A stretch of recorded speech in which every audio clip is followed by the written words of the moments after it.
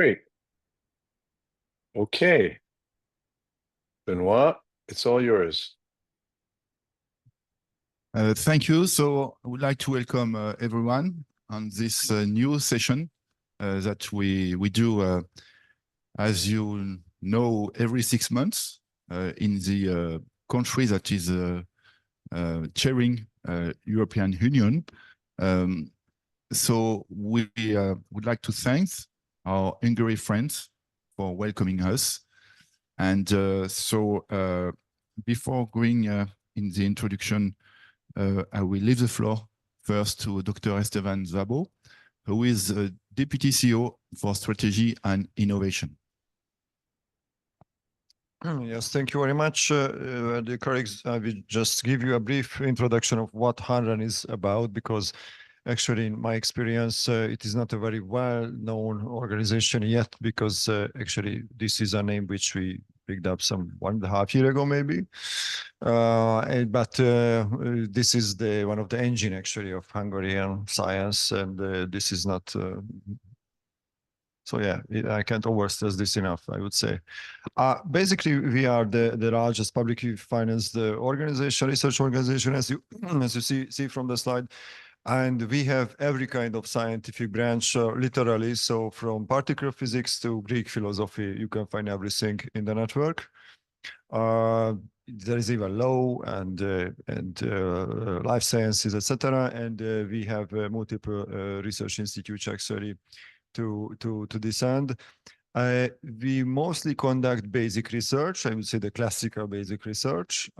Also take part in projects which target actually pure basic research, like CERN, for instance, where you don't necessarily know what will come out when you collide protons, you know.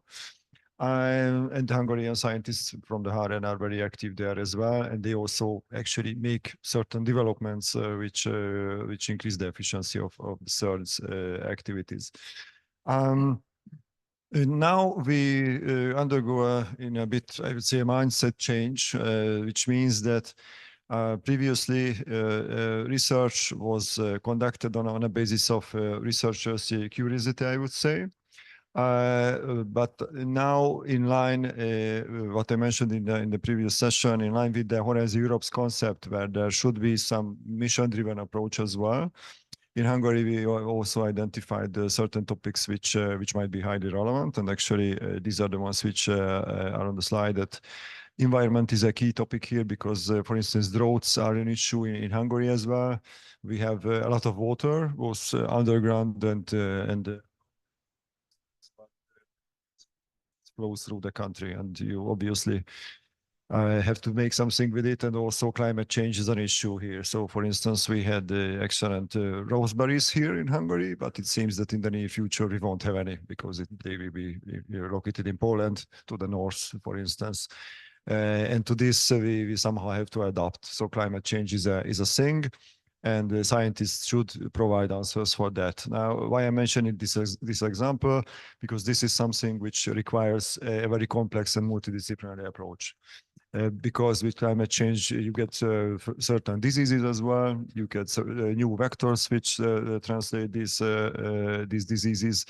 And yeah, that's also an aspect to which you will have to find the answer. We even have a citizen science program, actually, which targets, for instance, the so-called mosquito monitoring system, which is operated by one of our research institutes in the field of ecology.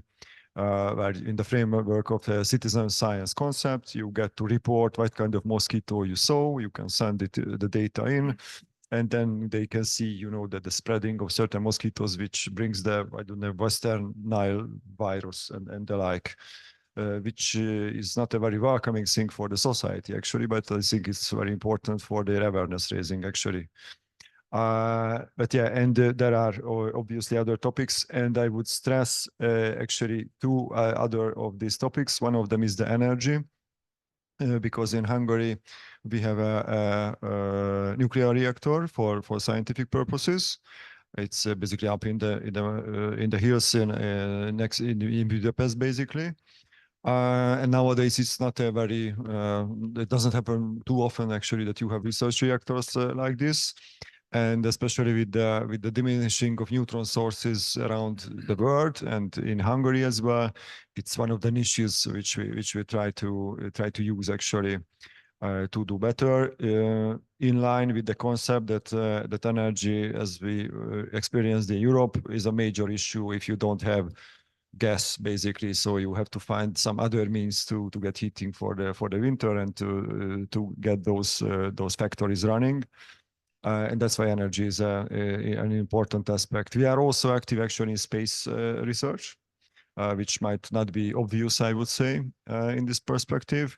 But in Hungary, we have multiple initiatives, which obviously we won't launch the Hungarian spacecraft, I would say, but we can contribute to a large-scale project, and we are active in ESA as well, the European Space Agency as well.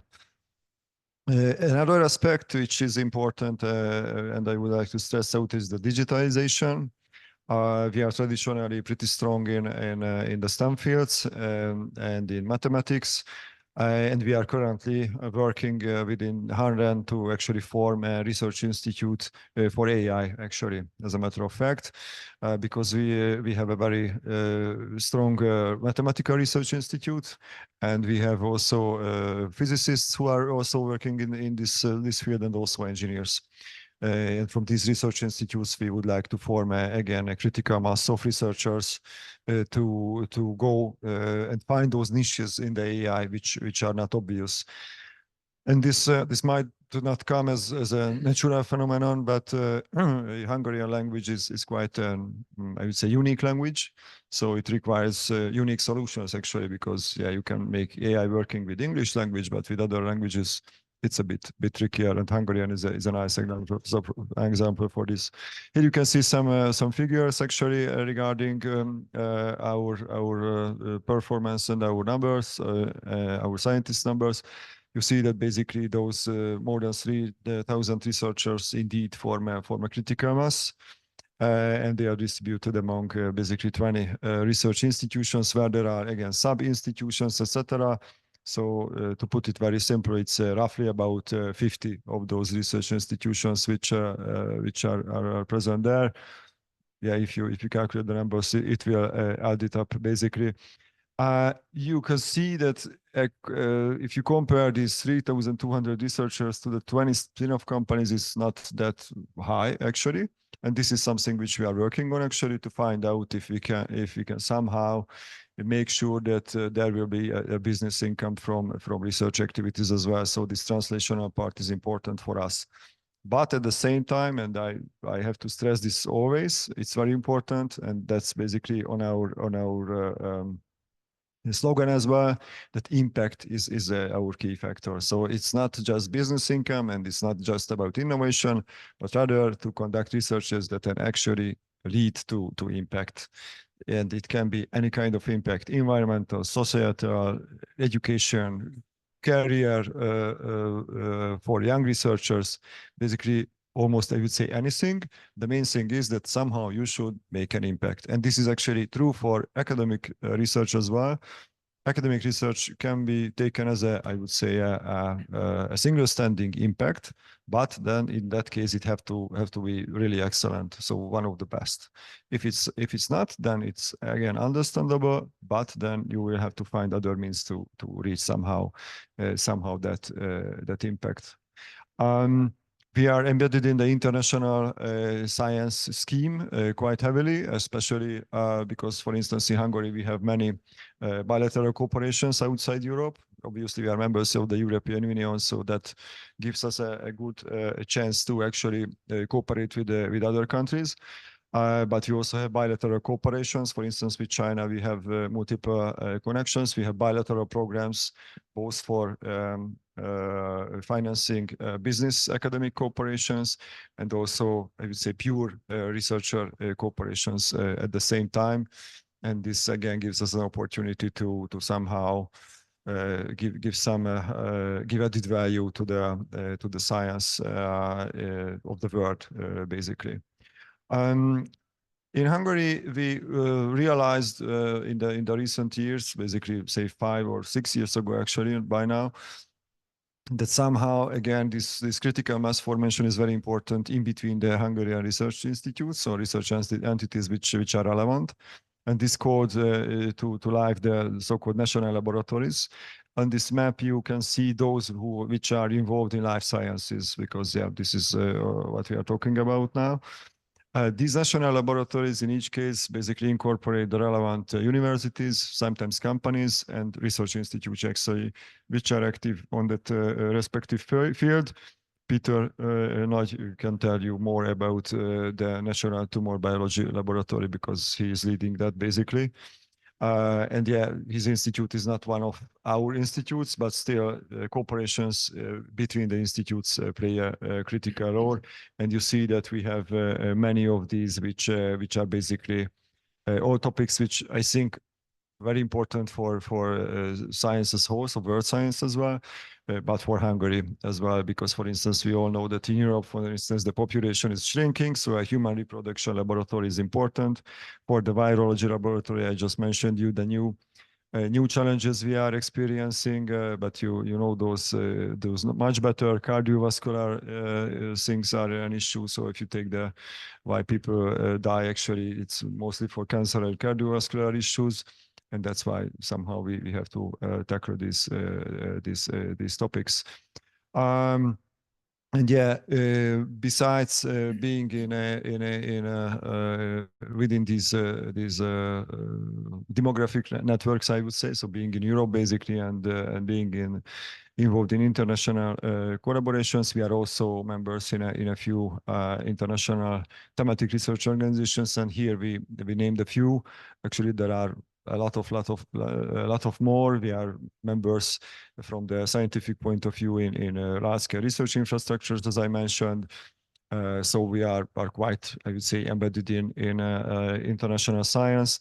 What we are looking for basically is initiatives like this One Health initiative, where we can basically make knowledge sharing happen, and where we can somehow be part of some bigger scheme where we can again make an impact on a much more elevated level.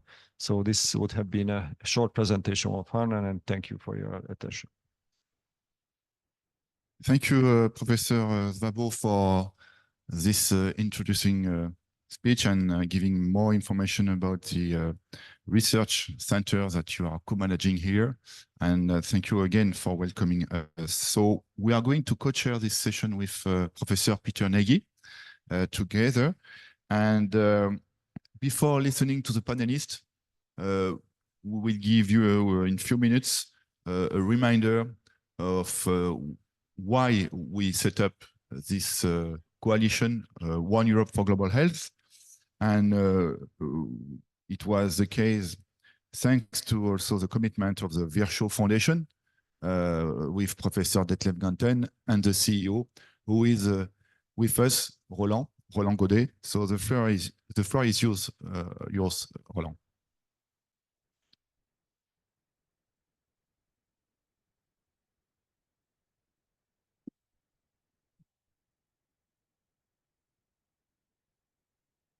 Your mic is off, Roland, apparently. On the screen, we see it's red. Okay, beginner mistake. I'm sorry. Very good. Thank you.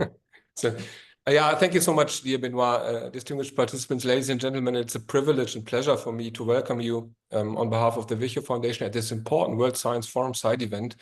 As today we meet to discuss the initiative of creating a world network of One Sustainable Health Institutes, consequently following up and further developing on the activities from the past about 2.5 years, especially the mentioned biannual One Europe for Global Health Symposia, moving along with the rotating presidencies of the European Union Council since February 2022 in France, and also including several panel discussions and workshops, for example, at the last 2 World Health Summits. I would like to highly commend One Sustainable Health for All Foundation and OEGH with your team, dear Benoit and dear Brian, and all engaged stakeholders, partners, and supporters for this very important initiative and the achievements reached so far. And we remain really grateful for being allowed to contribute within this collaborative context. These times of ongoing polycrisis make us face immense and utmost complex challenges. And under this light, cooperation and partnerships with and in Central and Eastern Europe have become important as never before. And in this context, health cooperation indeed serves as crucial, rigid, and effective while utmost tangible partnership theme. And it's thus a delight that today's event has been brought to Budapest under the auspices of the Hungarian Presidency of the EU Council. And thanks to everyone for making this possible, especially to our Hungarian host and colleagues. So I'm really setting the stage a bit. Health and well-being are the goods that intuitively are valued most highly and importantly by each individual and by society as a whole. And this across genders, cultures, religions, as well as generational, national, geographical, political boundaries and socio-economic strata. And at the same time, health is prerequisite for education, a thriving culture, a prosperous socio-economic development, diversity, freedom, justice, and peace. And latest since 2020, you all have experienced that and to what extent health is interconnected with the resilience of economic and financial systems, global security, and an overall system resilience. And while the United Nations 2030 Agenda Sustainable Development Goals serve as our common beacon, it's justified to value SDG 3 as predestined entry point, effectiveness factor, and very importantly, also as a crucially important proof of efficacy of the entirety of the SDGs and of the outcomes in attaining these goals. For achieving the urgently required significant improvement and transformative changes towards needs-based resilient health systems with the best possible prevention and non-discriminatory access to quality-oriented health care and health services, leaving no one behind, it needs academic and scientific expertise as crucial enabler and accelerator, and it needs also timely implementation of science and research-based innovations in technologies, products, solutions, services, structures, and processes, while having the right policies in place. And in this sense, we share the same visions and aims, jointly emphasizing the importance of a corresponding coherent and convergent multi-sectoral and interdisciplinary push and the need of a structural innovation for jointly achieving a successful translation from strategy level towards concrete tangible implementation on the ground. The concept of a world network of one sustainable health institutes comes into focus. OEGH, which is with its wide covering participation and engagement from Europe and beyond, can really play a decisive role for realizing such extremely ambitious goal. And please kindly allow me to share a few thoughts and key aspects which, among many others, seem relevant to me in this context. So, number one, it's the overall importance of holistic, system-based thinking approaches. Number two, it's linking and utilizing local capabilities, knowledge and expertise towards and with global solutions, thus shaping a real, as we call it, global and local approach. The mapping and bundling of and the integration over such knowledge will serve as a tremendous, at the same time, obligatory asset for the required systemic strategy. And it is also overall important to any actor involved correspondingly. The crucial role of science and academia, and this is point 3, it's really important as this creates and provides an unassailable and utmost solid fundament of decision-making. Thus, partnerships between academia and policymakers need to be strengthened as one of the most important backbones to addressing the current global health challenges. And this backbone is obligatorily required by all other sectors, including civil society, NGOs, private sector, and in general, for successful multi-sectoral and interdisciplinary cooperation. Number 4, the importance of an intelligent matrix approach, as I like to name it, which comprises the matrix built by intertwining multilateral engagement in health cooperation with bilateral cooperation pillars, combined with the matrix formed by intertwining of disease-specific vertical pillars in health cooperation with the horizontal axis of health system strengthening. And it needs, number 5, very thorough mapping and matchmaking in order to achieve the best possible and most effective embedding of a One Health Institutes network into the already existing global health ecosystem. And this includes leveraging potentials to connect and cooperate closely with running initiatives and platforms.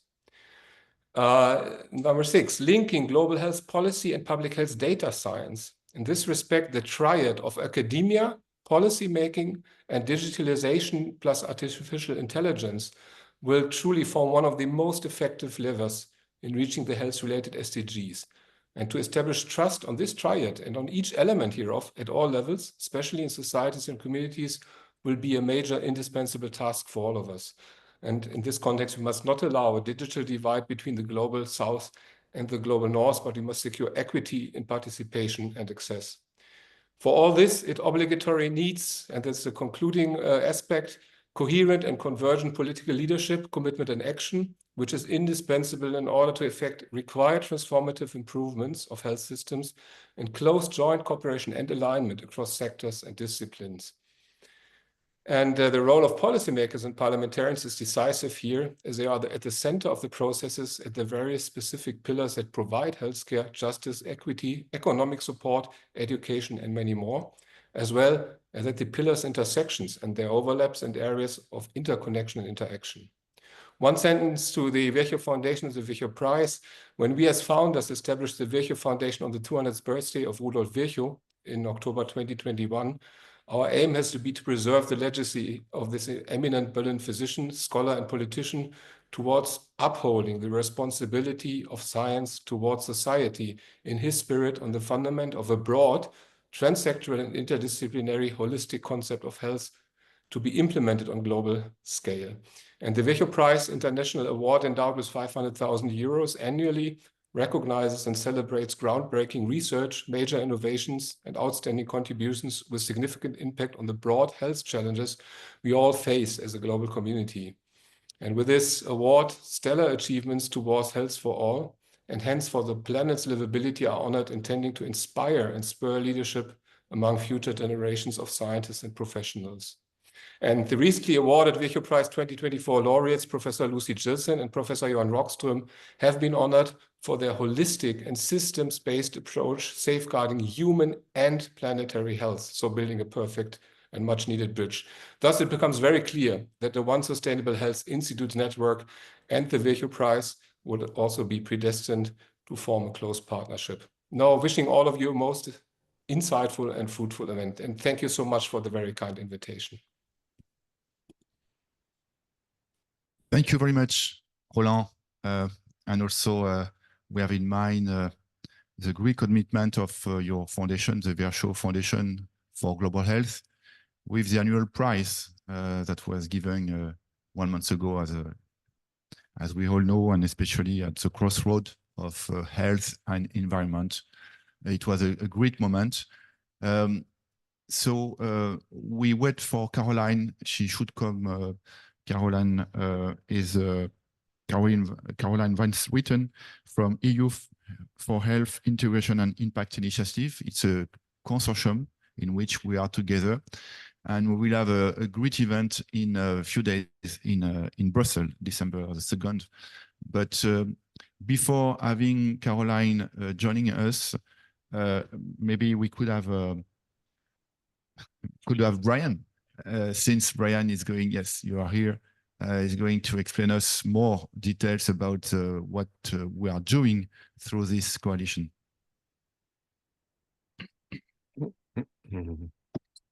Very good. Thank you very much. Am I off mute? Yes, I'm off mute. Okay, great. Let me just get this off the screen. Thank you. Full screen up. I just want to say thank you very much to everyone who has helped to get this thing off the ground. It's been really wonderful, from the MTA, the Academy of Science, as well as the HUN-REN, as I mentioned earlier, but we'll look at this in a moment. These are the people speaking. Yes, I just wanted to put this up. We have some people who are in person, other people who are remote, and that was the agenda. So I'm going to be speaking about what we are doing in the foundation. It's based sort of on this concept. You cannot have healthy life, plant, animal, or human, on a sick planet. This is statements by many other people, of which Margaret Chan, who is the current, who was the executive director of WHO at the time of the Paris COP. You can't, so humans, and what I like to say is that in this equilibrium between the planet, animals, and humans, humans are the planet's microbiota. We are the ones who can influence what's going on in this equilibrium. And so what we are trying to do in the foundation is stimulate more humans to do good for the environment than bad. And so in order to do this, of course, you need to row together in the right direction. Otherwise, you'll have some difficulties. It's concerning communication, social and political engagement. There are two projects within the foundation. One is the One Sustainable Health Forum, and the other is the One Europe for Global Health that we are animating with the collaboration of the Virchow Foundation. The One Sustainable Health Forum was comprised of 6 international working groups with over 80 experts from over 25 different countries, of which 40% were from the Global South. And they were discussing, trying to understand, and come up with concrete means to operationalize solutions to the issues on hand in the concept of One Sustainable Health. And it was mitigating the impact of environmental pollution, sustainable agriculture, global health, healthcare access, equitable healthcare access, governance, which is extremely important, as we've heard, but also local practices, because it's not somebody in North America who will be telling somebody in Africa how to manage their local issues. The contrary, however, we found is indeed true. Today, we have 9 international working groups. We're in the process of establishing or considering to establish a 10th in digital health, One Digital Health, and that's a very dynamic process that I won't go into the detail of. It started, as Benoit said, when he was invited to consider the opportunity of offering recommendations to the French government on how to strengthen the European Health Union. And we came up with recommendations that were communicated. What you see, whoops, let me come back here. Whoops, we're not there yet. What happened? There we go. They were communicated with the mayors of the major cities of Europe. They were, and here, this is Ole Peter Ottersen and Benoit presenting in person to 27 ministers of health from the member states of Europe. And they did the same to the ministers of foreign affairs as well. So the One Sustainable Health Forum, its objective is to understand, advise, and operationalize, whereas the One Europe for Global Health Coalition, in collaboration again with the Virchow Foundation, is to compile and communicate the results of this and the discussions that we are having, as we did in our session before this one, with the people from Hungary who are, let's say, very active in making things move in this direction. Compile and communicate to policymakers, enterprise, finance, civil society, and of course, this encompasses as well education at all levels. Now, the idea is, of course, to share the love. I do not suggest you do this, but what we do share is, and we try to expand through this process that we are doing today, the knowledge through the rotating presidencies of the Council of the European Union. And so from France, we went to the Czech Republic. Here is in the Karolinska Institute, and this is where they decide on the Nobel Prizes. It's a round table, and there's Ole Peter Ottersen, who is standing here. And I like to say it's King Ole and the Knights of the Round Table, but it was a very effective meeting as well.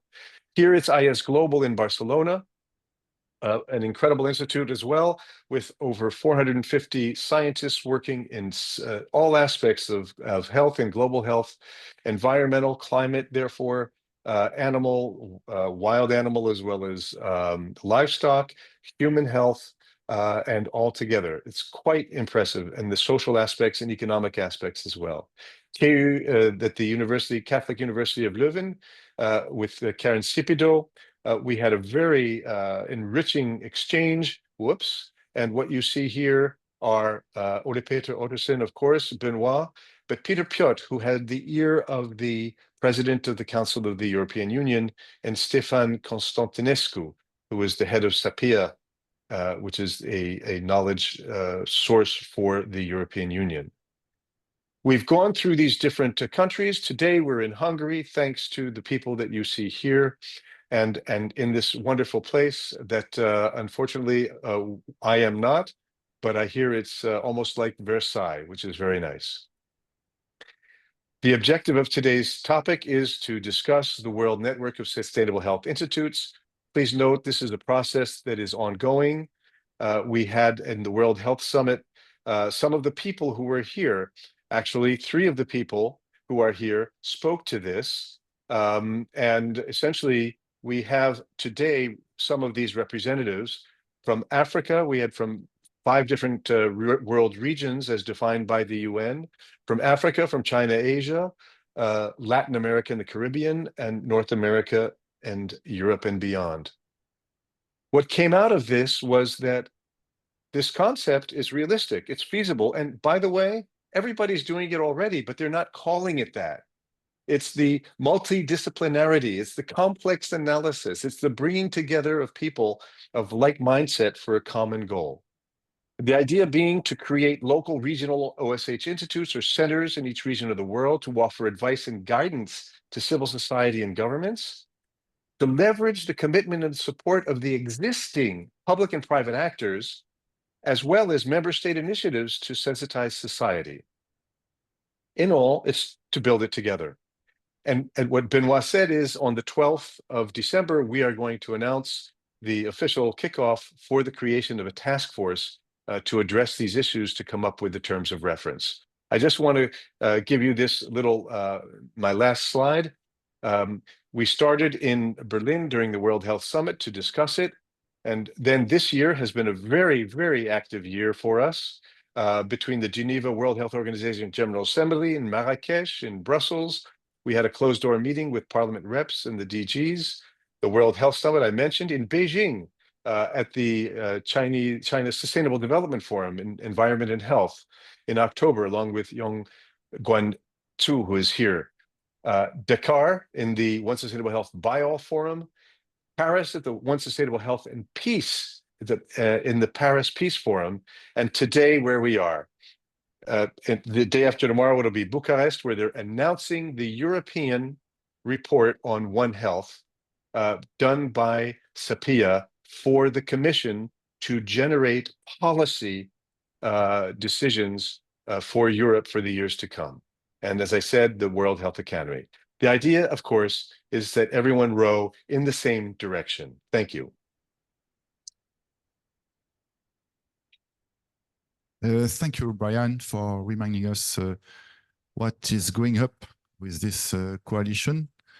I don't know if Caroline is online for the moment, maybe not, but... I don't see her. So we can just, I guess we have to move on to the next person in the list. Yeah, so we are going now to listen to different panelists, experts committed. First of all, with you, Lourdes, you represent the Fiocruz Institute Osvaldo Cruz, one of the highest level science organization in the world.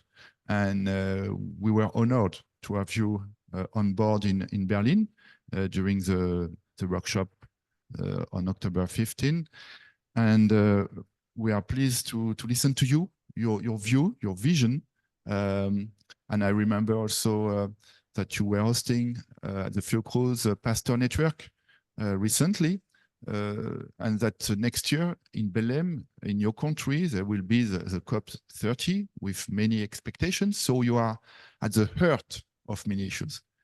Please give us your view, vision, recommendation. Thank you. Thank you, Benoit. Firstly, good afternoon for everybody, and thank you very much for the invitation to share a little bit of what we are doing in Brazil. So I will share the presentation. Can you listen me well? Yes. Yes, it is okay, yes. Perfect. Sorry, it's only close here.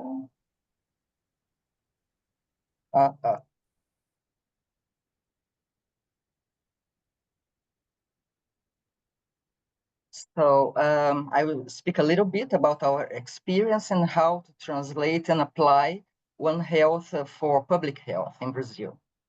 And so the first thing I would like to highlight is really about governance. Without political commitment and decision, it's very hard to implement any One Health approach under a practical way.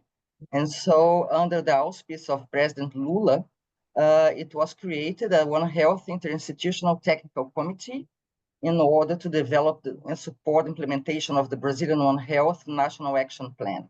So it's composed by 8 ministries under the coordination of the Minister of Health, 7 federal scientific institutions. So it's very important to bring also all the technical support for the political decisions and also the councils. And our plan, which is in course, we are building up, it's based in all action tracks established by the quadripartite One Health Joint Plan of Action, plus community engagement, because for us it's absolutely a value to involve the community in all our actions, even because we need to make it happen. And we have so many hard-to-reach areas, and the population must be part of all our health policies. And so one application of data science is translation to a public health action and policy. Only to make a context, this year we have the hugest dengue epidemics in Brazil, with more than 6 million cases and 5,000 deaths in all country. But I would like to highlight Rio de Janeiro response. Comparing to the national data, we had only 20 deaths. And so the reason for that is really how the surveillance was organized, and they are in fact modeling everything. And I would like to bring a system which was developed in Fiocruz called InfoDengue, which started working into One Health basis. So we are monitoring. In Brazil, we have national data sets. And so we have data for all Brazil, every state and every city.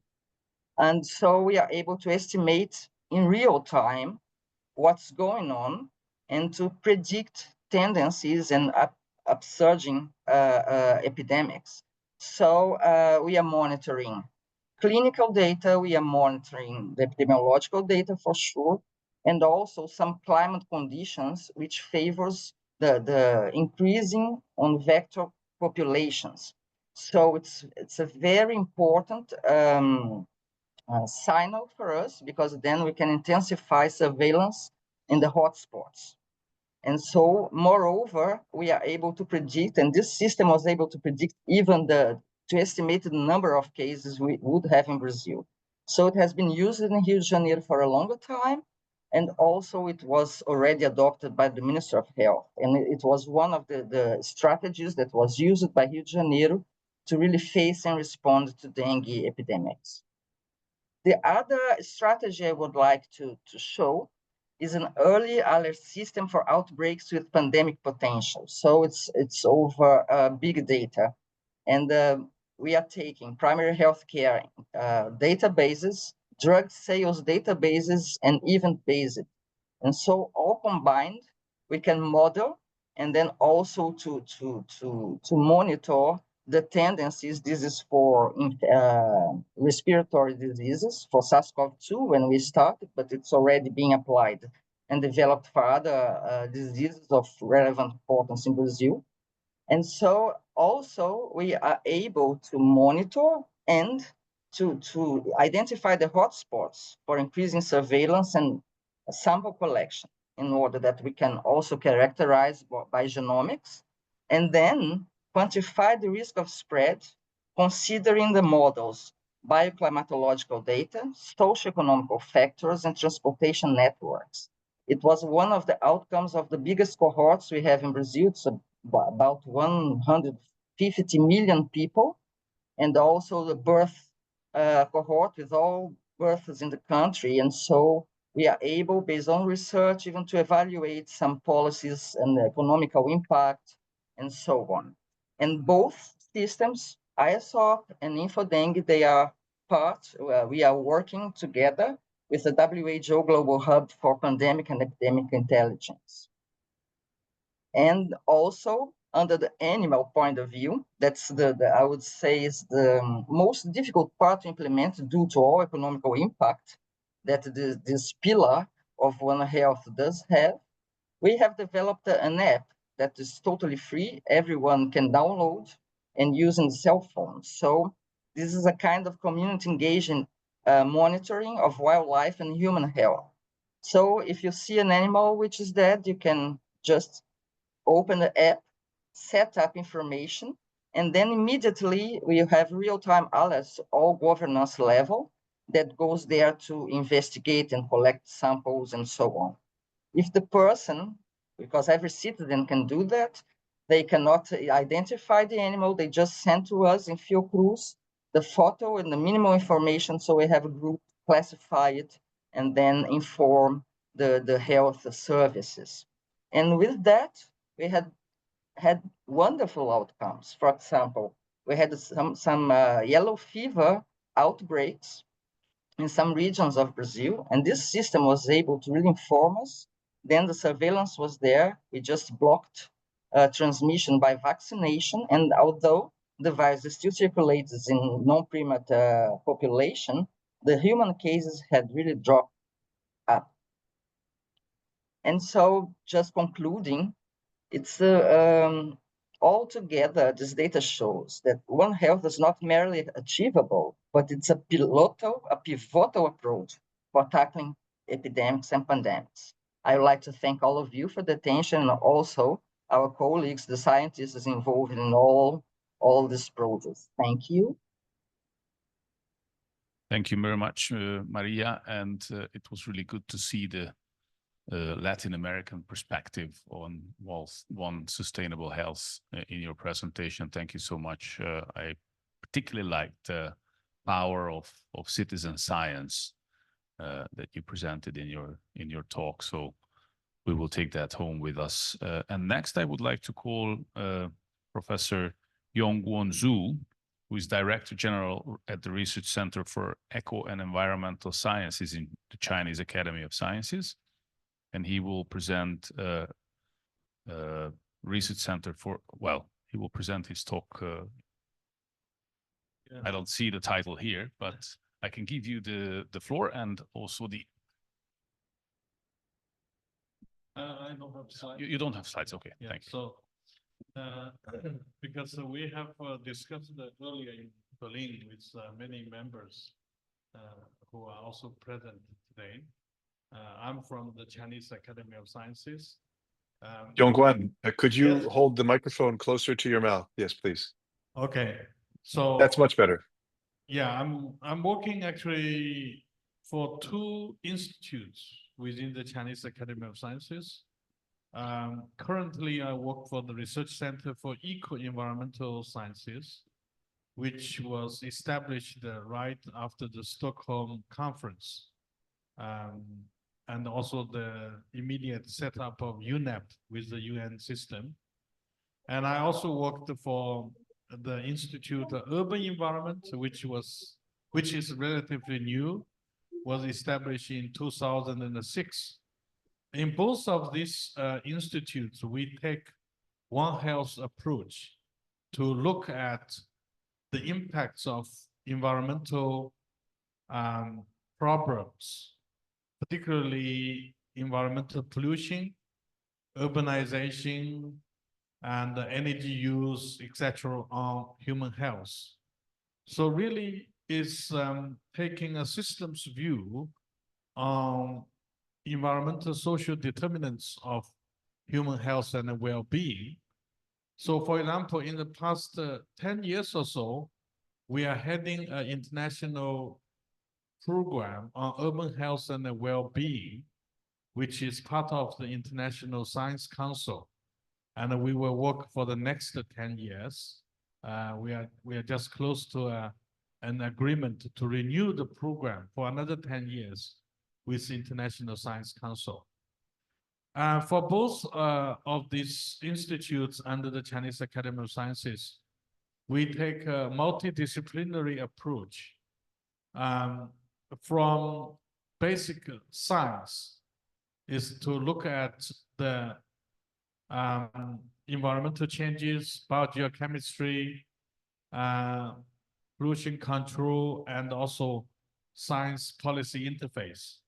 So we are advising the Chinese government, both at the state level, but also at the regional level, on policy formulation and implementation. I'm personally also a member of the parliament. So we advise the government on formulating new laws, for example. We have, for example, at the moment we are discussing State National Parks Act. And last year we passed a law about environmental protection for the Tibetan plateau. So from my understanding, this One Health concept is really about the interconnectedness of multiple species in the ecosystem. So human health is deeply rooted in the ecosystem health. And for ecosystem health, we have to ensure that each individual species can coexist in a harmonious way. And this is exactly the Chinese traditional philosophy. We have this so-called the harmony between human and nature. So this reflects on some of these new slogans from the United Nations, such as making peace with nature for sustainable development. And currently also in China, we are taking ecological civilization into all policies of China. So it is like the principle guiding, the guiding principle for the economic development, for the social development, and finally for the modernization of the whole country. We're taking harmonious human nature interaction as a guiding principle. And we also implement the policy of conserving the ecosystem services for the livelihood of the people, the well-being, health and the well-being of the people. So we have a saying that metaphorically we can say green for gold. So transform the ecosystem services into economic values for the people. For example, for many years we have implemented the policy of ecological compensation. For example, in a big river system, in the upper reaches of the system, the people there should pay more attention on the ecosystem conservation. And as a result of that, the environmental ecological health status of the middle reach and the lower reaches of the river can be benefited. So the people from the lower reach, they have to pay money to the upper reaches. So this we call the ecological compensation. So with that, we implement this ecosystem conservation in a more specially and temporally coupled way. So it's although the systems, they are distant from each other, but the people's livelihood are interconnected because we have this policy for ecosystem conservation. And also from my institute or my research program, we particularly look at the microbiome in the environment in relation to human, animal, plant, and the environment. Because we are particularly interested in microbial cycling. For example, we develop a wastewater-based epidemiology. We sample wastewater and we analyze the chemical residues and also human pathogens, because that will give you information very rapid information about the emergence of infectious disease, but also non-communicable disease. Because when we consume these drugs, the residues will be present in the wastewater. So use wastewater as a proxy, as a surrogate of the regional health status. So we are really trying to develop this kind of transdisciplinary research, move from public health, global health to One Health, and also in relation to climate change, also elevated to planetary health. So planetary actions like temperature increase, extreme events, weather events like flooding will cause the discharge of the breakage of sewage system in the cities, and then cause the discharge of human pathogens into the environment. So those are all interconnected, and we must take a systems view to understand the dynamics of the microbiome in the ecosystem, and particularly look at the interconnectedness of the microbiome in different environmental components. For example, even in the indoor environment, we are looking at the changes of microbiome in the air or in the bedroom, for example, or in the toilet, when to link that to the chemicals we are using on a daily basis. These so-called PPCP, the pharmaceuticals and personal care products. Those are ubiquitous in the environment, and they contributing to the shift in the microbiome community, but also the genetic determinants, such as antimicrobial resistance, virulence factors, etc. So we think that One Health approach is really a powerful framework to enable the integration of our knowledge rather than from fragmented understanding of one specific environmental components. All these components should be pieced together. Otherwise, we are only seeing part of the elephant. You might touch the trunk, but maybe the leg or the whatever, you don't see the big picture. So One Health approach really encourages us to take systems view and take integrated actions to ensure health and well-being of humans in global ecosystem. So that's what I see the importance of these global institutes of sustainable One Health.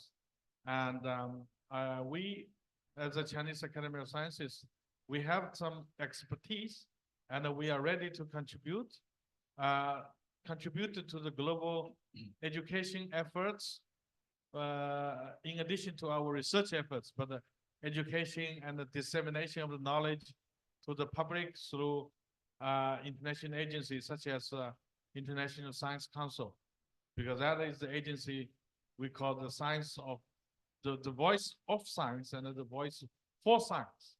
So we try to leverage these international agencies for science dissemination and to enable also collaboration for research and education. So thank you so much. Professor Zhu, thank you very much for an insightful presentation on showing how China is again very focused in terms of approaching this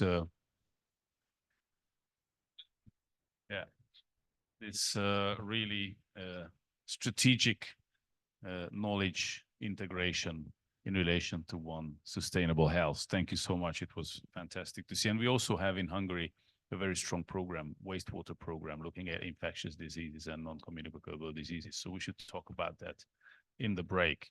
And with that, I would like to call Professor Karin Sipido to present her views as a member of the advisory board, and also the views of the Open Research Europe Scientific with us. Please, thanks.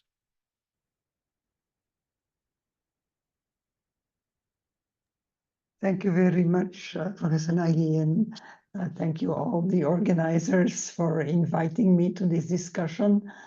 I wish I could have been with you, but unfortunately it was not possible. First of all, let me be specific. I'm here in my personal capacity as one of the members of the OEGH, but I am a member of the Scientific Advisory Board of Open Research Europe, and I'll talk briefly about the aspect of open science a bit later. But my intention was in a few minutes actually to share with you the views on this topic from different perspectives. And let me first talk about the perspective of an academic researcher in non-communicable diseases, namely cardiovascular disease in Leuven University. When we work in academia as researchers and professors, we are expected to perform research that explores causes and mechanisms and work at possible solutions. And when we think about One Health as a real complex challenge that we face for the environment, the climate, biodiversity, human health, all coming together, we have to adapt in academia. And we have to adopt new models of research. Within universities and research performing organizations, strong disciplinary research is a tradition, and we should not disregard that because disciplinary research is a backbone of expertise that we need in addressing these challenges. But so if we want to talk about One Health, we need interdisciplinarity, and that requires incentives. These can be structural or they can be project-based, but funding is necessary glue to bring together a scientific passion and commitment to projects. And we've heard several examples of how countries and organizations get into this.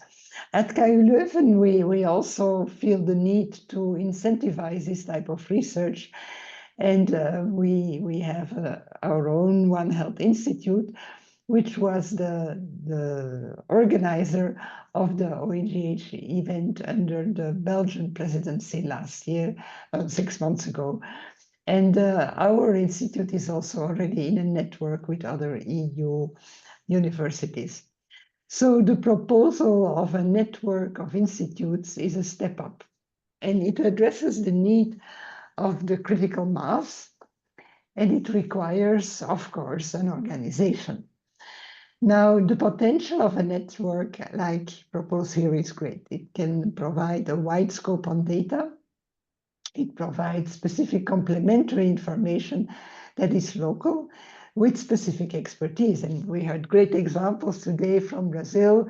We heard from China. We learn from each other in such a network. Also, when you think within a network, there will be a large amount of data, but data in itself are not enough. We need to ask the right questions, and defining these research questions and identifying specific needs will be much strengthened in a network of researchers, but especially a network of stakeholders. I heard the engagement of funders, engagement of citizens, so a real transdisciplinary approach.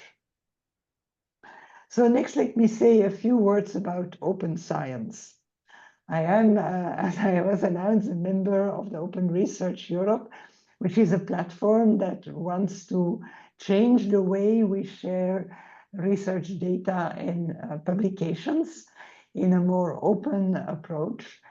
And I also assumed within the KU Leuven task of an open science ambassador, supporting and promoting open science. Open science, and I'm not going to say a lot about it, is also prominently discussed here at the World Science Forum. So I urge everyone to attend because it's a new attitude and a new approach that can really facilitate and accelerate the transfer from knowledge into innovation and implementation.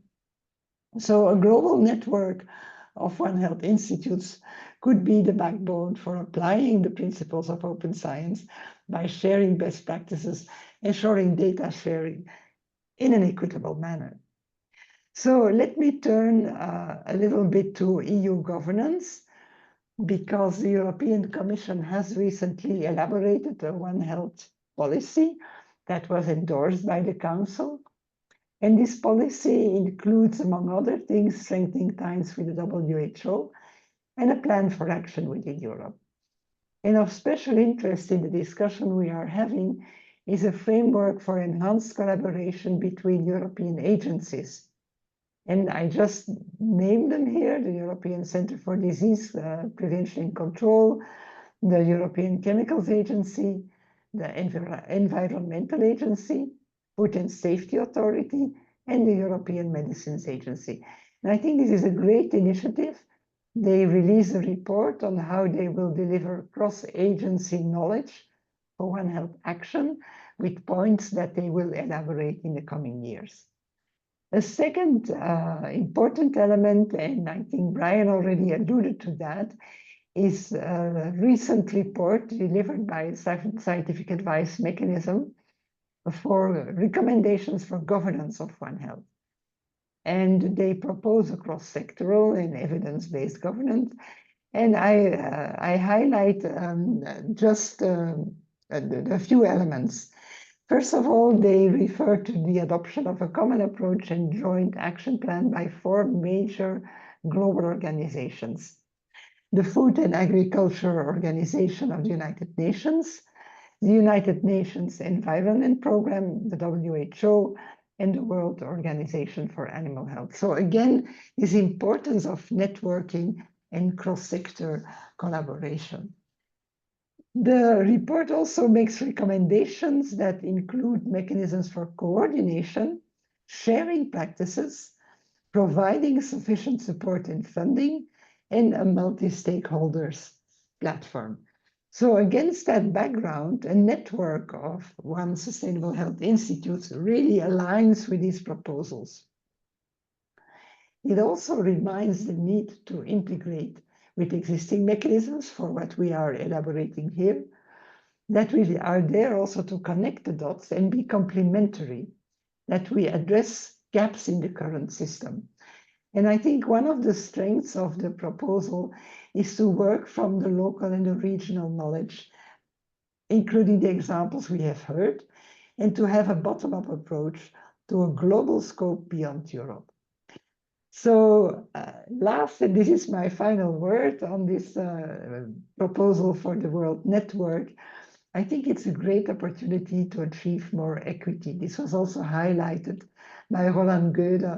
And I think this should include equity in participation in the governance, equity in sharing the results, and in implementation and impact.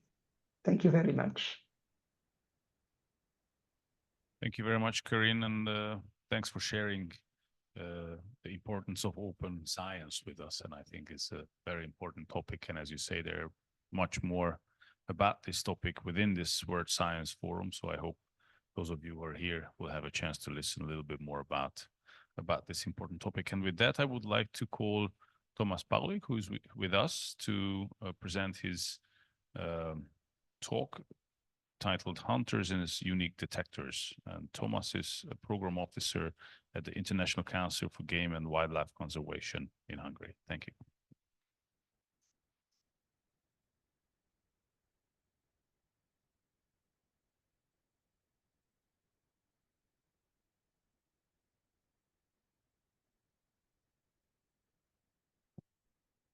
Hello, everyone. My name is Thomas Paulik. I'm here on behalf of the CIC. I think we're just getting the slides loaded up in 1 second. Yes, I've sent them over. Tried twice. I hope it works. They're asking who they were sent to right now. To the technician, Zoltán Bognár. Getting a nod. Bognár, sorry. Let me know if and when it arrives. It said it's gone out.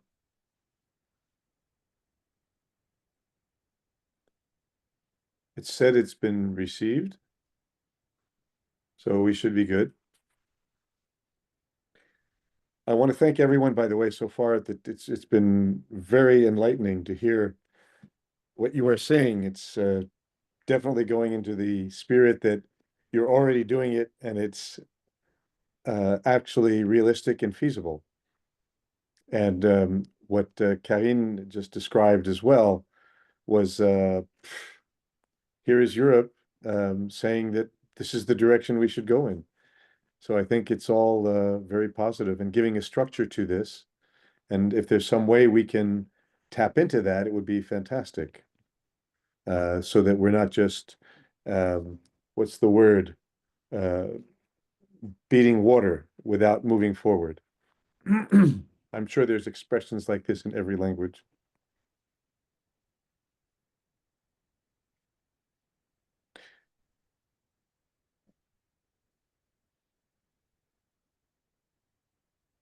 Excuse me. So it seems, I don't know if we would maybe skip or just wait a few minutes. It seems that they received the wrong presentation, but I'm forwarding I it to only you have, right now. Shall we okay. just jump to the next presenter and then try to solve this problem in the meantime? I suggest. So maybe we can listen to Dr. Go Boying on nitrogen cycle in a new light.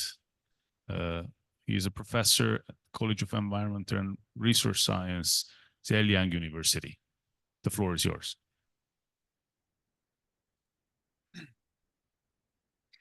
Hello, everyone. I'm Bo Jinggu from Zhejiang University, China, and I'm working on nitrogen cycles and why nitrogen cycles and what is the connection between nitrogen cycle and One Health.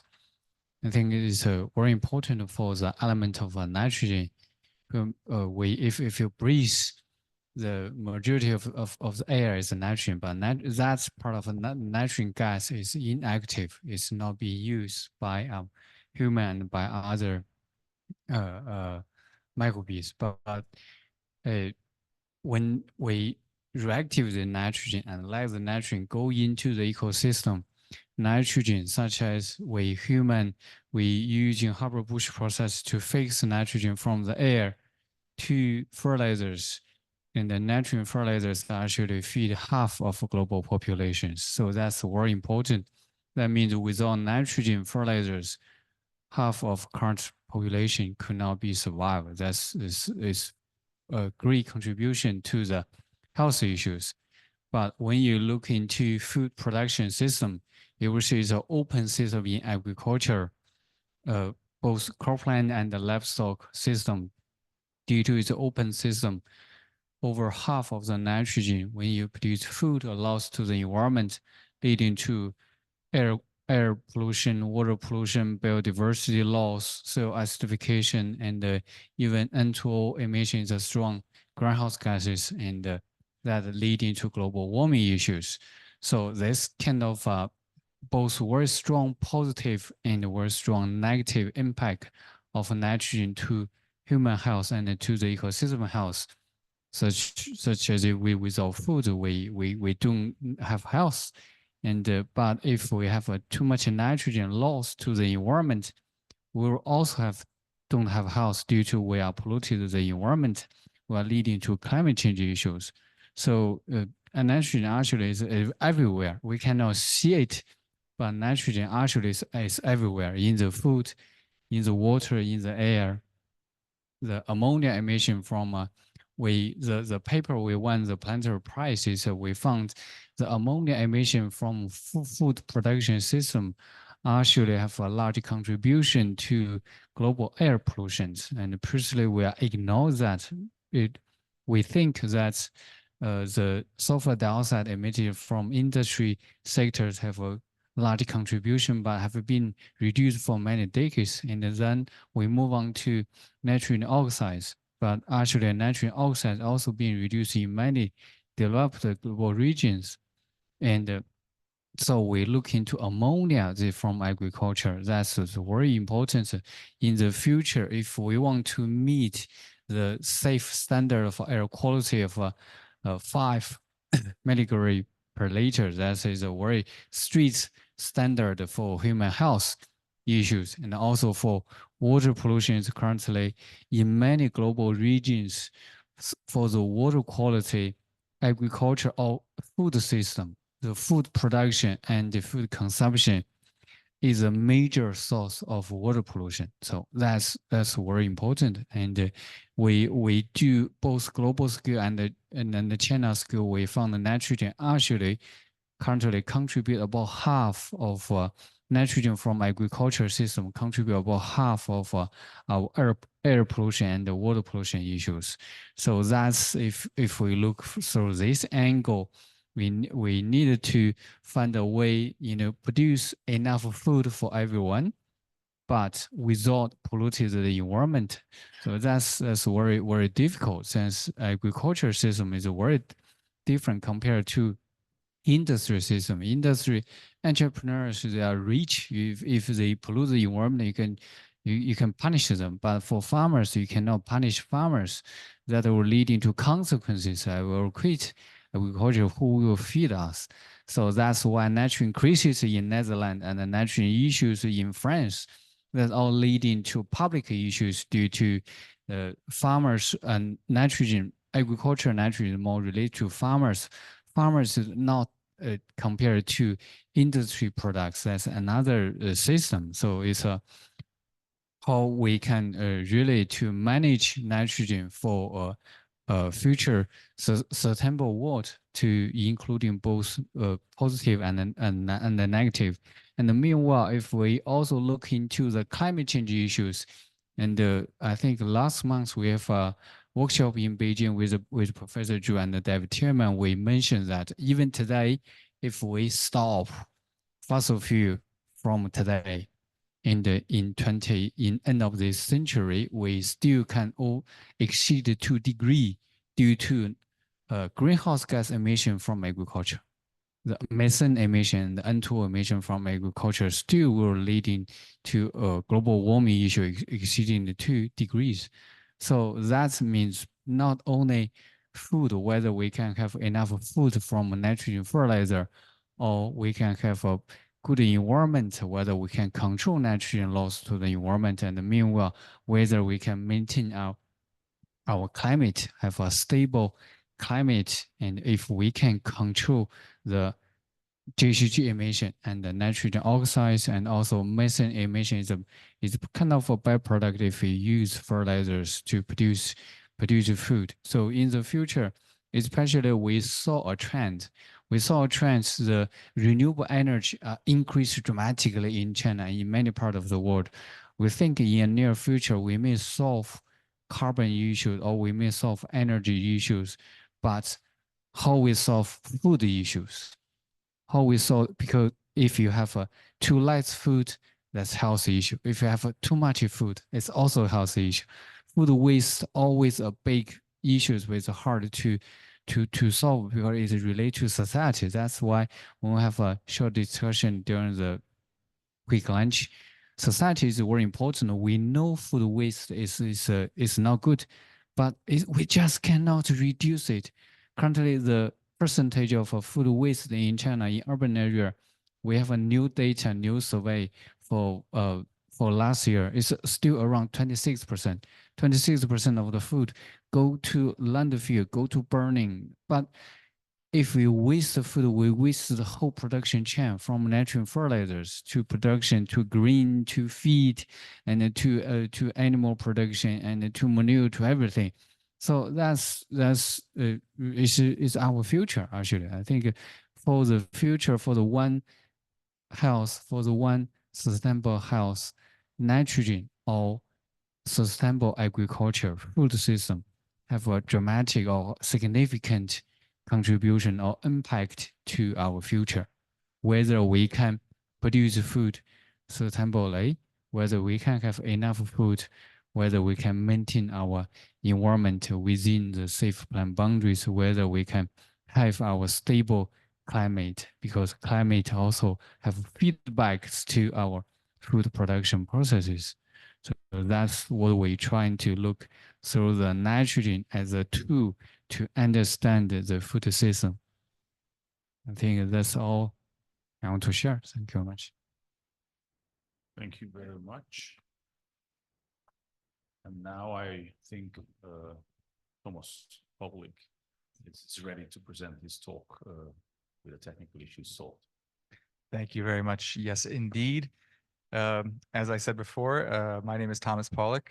I'm here from the CIC, also known as the International Council for Game and Wildlife Conservation. We are actually based in Budapest, which is very nice because I feel like I'm on home turf right now. And I would also like to extend my thanks to all of the organizers involved, including Brian, the organizers, the Hungarian EU Presidency, and the technical staff for resolving the issue. Thank you very much. I am going to talk about the CIC's efforts in advancing the One Health approach, the connectedness of human, animal, and environmental health. For us at the CIC, which is essentially we're a conservation organization led by hunters who prioritize conservation. So for us, that much of that work really is reflected in the environmental side or in the animal side, but specifically wildlife or free roaming wild animals, let's say. And I'll show you a little bit about what we're currently doing, some of the upcoming things, and ways that we hope to sort of expand our efforts in One Health. Just really quickly to give you a little background on the CIC. We have a long history of promoting conservation through sustainable hunting and wildlife management. We actually unite governments, NGOs, hunting associations, individual hunters of multiple different levels. I'll come back to that. And the shared sort of mission of protecting biodiversity, but as well and alongside human livelihoods, which is very important to us. And through our advocacy work, we try to make sure or safeguard that hunting as a hunter-led conservation remains a vital tool for protecting ecosystems. You might be wondering now, what do hunters have to do with One Health? Essentially, our stance on this is that hunters are in many ways the first line of defense, or they're the eyes, the ears, nose of One Health, because they're on the front lines or they're in contact with wild animals much more often than many of us here behind desks or in doing research. And what we like to sort of do is, because we have this multi-sectoral approach to our organization, we can create a sort of system of governance, some structure in order to have a reporting system that can be helpful in detecting disease or disease surveillance, avoiding spillovers, for instance, and that could be from wildlife to domestic animals or to humans, etc. Looking at some of our key projects, this is one of our flagship projects, the Flying Vets projects in Mongolia, which is a really critical testing ground for us, as there are many types of iconic species and disease risks, including species like the Argali sheep, the Saiga antelope, which both could be affected by diseases like PPR or foot-and-mouth disease, and the downstream effects of their decline have effects on other iconic species like the snow leopard. This sort of high-risk disease area, combined with the fact that the country is so intricately tied with nomadic herding, means that the stakes are very high in a country like Mongolia when it comes to One Health. And what the CIC is trying to do is really keep focus on training hunters, whether those be individual hunters, rangers, wildlife managers, etc., training hunters and herders in early disease detection and providing resources as we can to sort of help them protect their unique landscape and health as it is. In Mozambique, we are involved with an initiative called the Herding for Health. Well, Project HEAL is actually an upcoming project of ours, which is set to implement the Herding for Health initiative, or model rather, in a game reserve in central Mozambique near the Kruger National Park, which is surrounded by a number of different local communities. Inside the game reserve, you have different types of hunting activities happening, and they share their profits with the 11 communities that surround this park. Those communities generally are cattle farmers. The poverty levels are quite severe, but because they have an invested, or they have incentive to keep the wildlife and their domestic cattle safe, we're seeing differences in both human-wildlife conflict, differences in disease spread. And what the Herding for Health model does is essentially it's a targeted grazing program where instead of all sorts of cattle farmers randomly grazing, causing effects like desertification, wildfires, human-wildlife conflicts, be those from attacks from predators onto their domestic cattle or from cattle farmers acting out towards predatory animals in a retaliatory manner, ergo poaching. This sort of more organized way of creating community leaders who are using targeted grazing methods have many positive ecosystem effects in the area. So decreasing desertification, decreasing human-wildlife conflict and disease spillover, while also creating a economic model that increases their sustainability for the livelihoods that they have. This is something that we're very happy to be working on and hope that this will be further very soon. We're seeing a number of different types of innovation in technology, which can be beneficial for wildlife health, obviously, but also in how hunters can be an integral tool in wildlife health or in this reporting sort of system that I mentioned earlier. One of those things, for instance, we're seeing portable PCR diagnostic tools, but now not only are they more effective, but they're more durable and able to go out to remote areas, very much similar to both the projects that I mentioned. So both in, let's say, Southern Africa or in Central Asia, where there are many vast, severe remote areas, either in their climate conditions, the terrain, et cetera, where you don't really have a laboratory access all the time. One portable PCR machine that comes to mind is the MIC PCR. Actually, it's the BMS MIC. It's in the gentleman's hand over there. It's very small, compact, very durable. It has 48 different testing wells in there. You can assign 192 assays.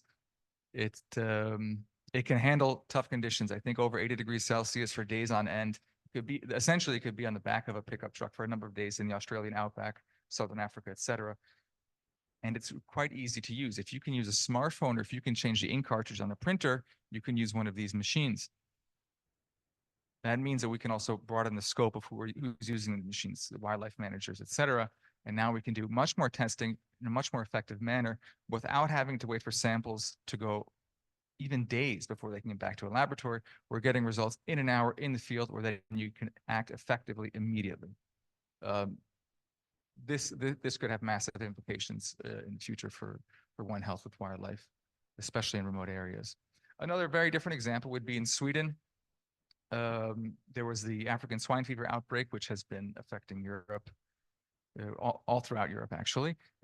Sweden is a bit more isolated. As soon as it came in, through using a hunting app called WeHunt, hunters were very quickly able to coordinate their efforts in mitigating the spread of ASF and eradicating it completely to this day.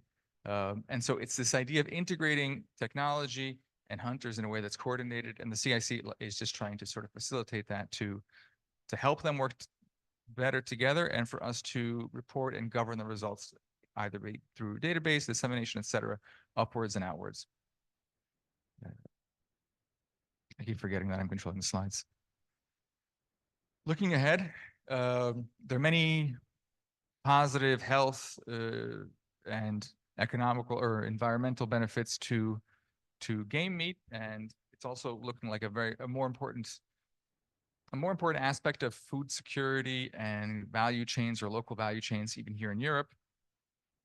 One interesting One Health related project that we're looking to get into would be, I think, sort of as you mentioned before, a proxy or using as an indicator testing wild game animals based on their movements. So looking at sort of animals with smaller home ranges like wild hare or larger ranges like a wild boar, testing using hunters to sample some of these animals and testing what we're finding in their livers, heavy metals, dangerous substances, et cetera, that could be downstream effects of pesticides or different types of human impacts.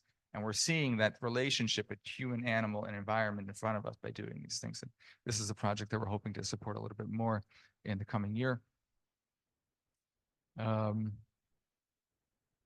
So we're looking at more and more efforts at looking at the human impact, how it affects both the environment and animals, and seeing as what can hunters do to help with that, and how can we use our CIC, our ability to communicate both from bottom up or top down, from hunters to the ministerial level or vice versa, or through multiple countries at a time. That's the goal.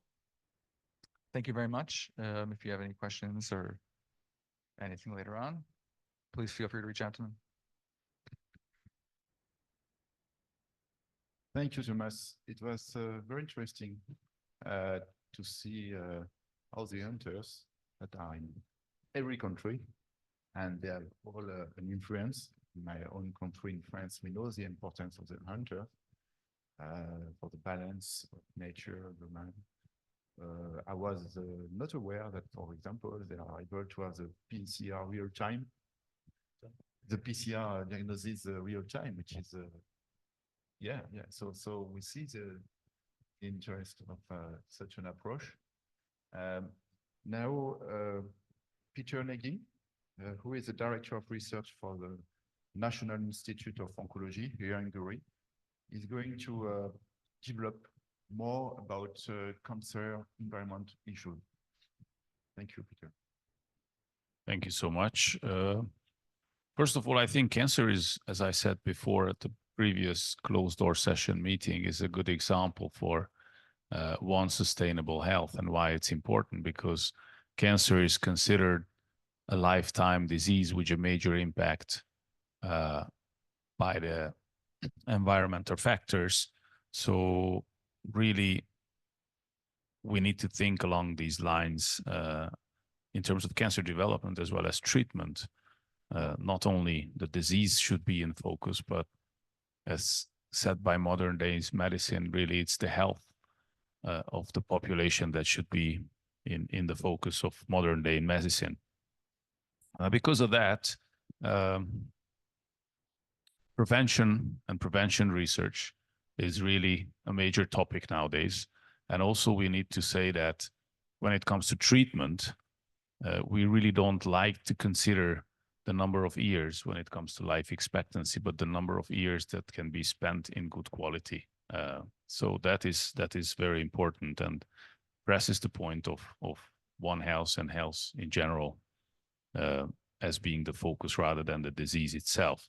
So today I would like to give you a short overview on why inequalities in cancer research is also an important topic across Europe and its regions in relation to one, sustainable health. And I would like to kick off by saying that, maybe most of you know this, but cancer is a leading cause of deaths and premature mortality within the globe, and in particular in Europe, where we have over 3 million new cases now annually within the continent, and about 1.4 million deaths annually within the continent, which is huge numbers. And this is, primarily caused by lifestyle, as I said, although there are heritable cancers, but we need to acknowledge that, germline mutations which develop into cancer are only a minority of cancer cases, as we know today. So we really need to consider economic burden for citizens and societies as an important factor for the development of the disease and inequalities in socioeconomic terms. I think we need to mention that there are two very important programs within Europe now. One of them is the Europe Beating Cancer Plan. The other one is the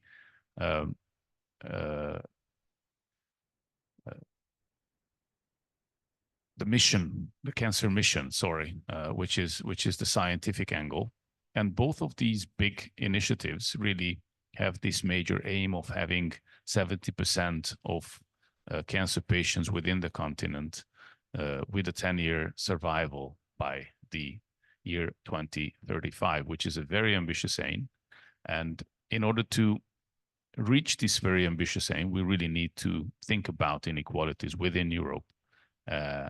Because as you see on this map, on the left-hand side with the blue, you can see that incidence within the continent is scattered around in the countries, not really, you know, saying Western or Eastern Europe have major differences in many cancer cases, although there are differences.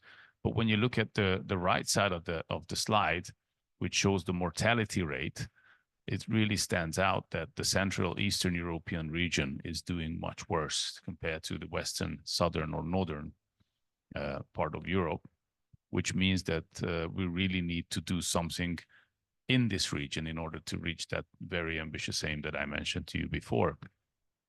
So what are these causes that are contributing to these inequalities in cancer mortality? Of course, individuals and collective behaviors, custom and social interactions, which are linked to exposure to cancer risk factors, availability and access to early diagnosis and screening programs, as well as modern day treatment programs.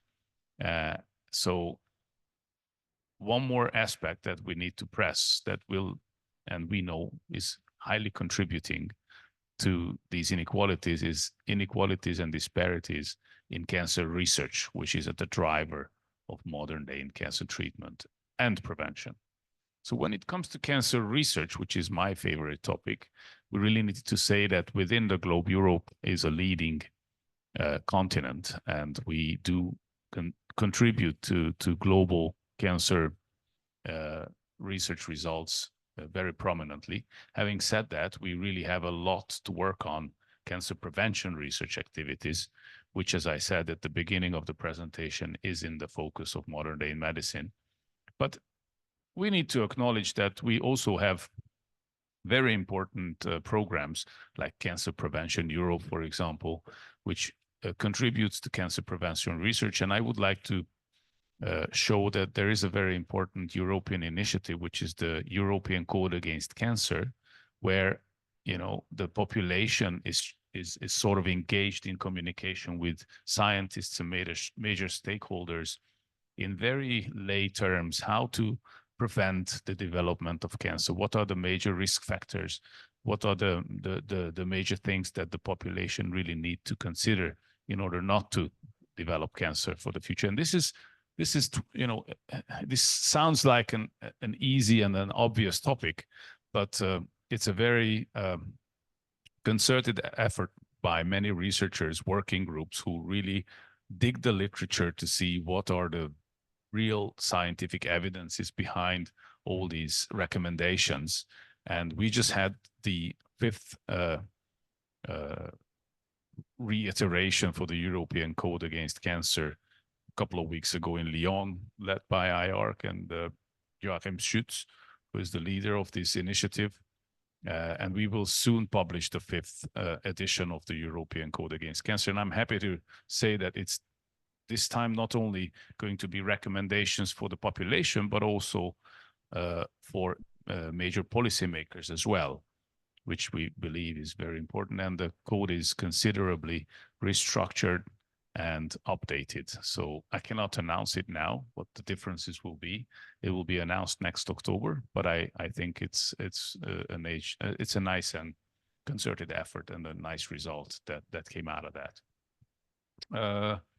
And again, I would like to press the importance of science when it comes to treatment outcomes. And we work very hard with the European Organization of Cancer Institutes to ensure quality control within cancer institutions in this continent in order to have equal access and equal treatment options for patients within the whole continent. And as such, as the board of this Organization of European Cancer Institutes Accreditation and Designation System, we published a number of papers which clearly represented that scientific activities within the center has a major impact and correlates very nicely linearly with the treatment outcomes within the center. And as such, you have OECD accredited cancer centers throughout the continent, which are the best performing hospitals, so to say. These comprehensive cancer centers not only deal with patient care, but they also have very high profile activities within cancer research as well as education. And you can see that a number of centers exist within the globe, or sorry, within the continent, but very few you can see in Central Eastern Europe. So we really need to work on that. And there are now initiatives within the Cancer Mission and the Europe Beating Cancer Plan to make this more prominent within Central and Eastern Europe. Here you can see the scientific output of the different regions. And sadly, you can see with the green line what the Central Eastern European region contributes to the overall scientific output within Europe, where the blue line is the overall and the red line is the EU15 countries output. So really we have a major sort of effort to be done in order to bring Central Eastern European activities up to the level of the European standards and also treatments as well. So this was realized a number of years back, but before I come to that point, I would like to show you a few important meetings that were prerequisites for the European Cancer Mission, which was dedicated to Mariano Gago's work, seminal work in Europe, where he was influential in relation to cancer research policy and its importance within the European arena. And dedicated to him, we call these conferences, the series of conferences, Gago conferences, which laid the foundation for the Cancer Mission and the Europe Beating Cancer Plan. And as a follow-up, we had a few meetings at the Vatican with people from all over the world. And quite lately, we had a very important meeting addressed to inequalities within cancer research because Europe really recognized the importance of bringing Central Eastern Europe up to the level where science and treatment can be very influential within the continent. One of the most important echoes that came out of these conferences were the so-called twinning programs, and I'm happy to say there are 3 twinning programs that are happening today. So in Germany, the Curie Institute teamed up with the Athens Cancer Institute, and in Hungary, my institution had very nice twinning activities with the Karolinska in Sweden, and the third one is an important twinning activity between Warsaw and the French Curie Institution. These are nice examples of how this can work very well, not only for the benefit of the Central Eastern European Center, but also for the Western European Center as well. And also there are dedicated European programs. We participate in this one, for example, which is a federated European initiative, dedicated a work package for addressing inequalities. We published a couple of papers in Cancer Discovery by invitation. So the Moonshot program in the US is looking at our activities. They consider this as major and important efforts. And as an outcome, this is just one example, in relation and in collaboration with IARC, it was very nicely demonstrated that when it comes to mortality rates within Europe in cancer, you can see that on the right side of these figures, you can see the Central Eastern European countries with the closed circles. The open circles, we show, the higher educated population of these regions, and you can see there are not much differences there. But when you look at the closed circles, which is the lower populated regions, there is a huge difference between the 2 regions, saying that socioeconomic inequalities is a major factor in disease incidence as well as mortality, I should say. So at the end of this program, we had a number of recommendations. I'm not going to go into details about this, but unfortunately, and some of them were considering dedicated programs for our region in terms of research funding. None of them were translated in the new calls within Europe. So I think we have to knock on the doors even more hardly and say that, okay, it's important that the Commission and the European Union recognize the importance of inequalities, but we really need to do something about it when it comes to financing. And as a this is not a happy ending. So I was going to say something nice too, and I'm coming back to my country, where we do have initiatives as presented by István.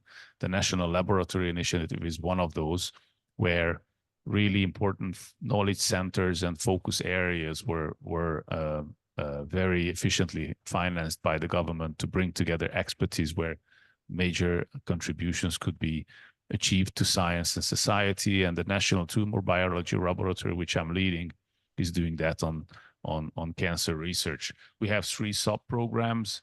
First one is focusing on database development, including the National Cancer Registry and the genomic database. The second one is focused on developing new diagnostic and therapeutic modalities. And the third one is the implementation of these to the clinic. So we have very strong collaboration of basic and translational and clinical scientists for this program. Major outputs, just to tell you how prominent this program is. We have now a centralized tumor bank system. We have established the oncology database when it comes to genetic and genomic data. And we, with the help of IARC and the WHO, now completely restructured and cleaned the database of the National Cancer Registry. We also reconciled it with 2 other Hungarian databases, and I can say that this is probably the most accurate database within the region, which is now recognized by the WHO as well. So this is going to be used by GloboCan for estimations within the region in the future.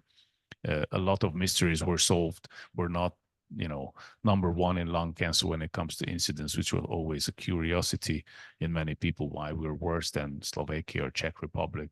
Smoking habits are the same in these countries. We solved these mysteries, and I'm happy to say that the registry is now working really well. We have the National Tumor Board, Molecular Tumor Board established, and personalized medicine is really at the next level. Technology transfer is another issue that we need to deal with. Just to speed up for the end, this initiative has really remarkable effects on economical, social, and environmental grounds. I'm going to give you examples. Well, maybe not much, but you can now definitely show that based on the program, there are more efficient treatment options for patients within the clinic. So it's implemented as we speak. So that's why patients don't have to spend that much time in the hospital, which has, of course, very obvious economical and societal consequences on a positive way. And this is my last slide, I think. If I can. Oh, okay. Well, this is the end. I just wanted to provide the last slide, which is the thank you slide. So this is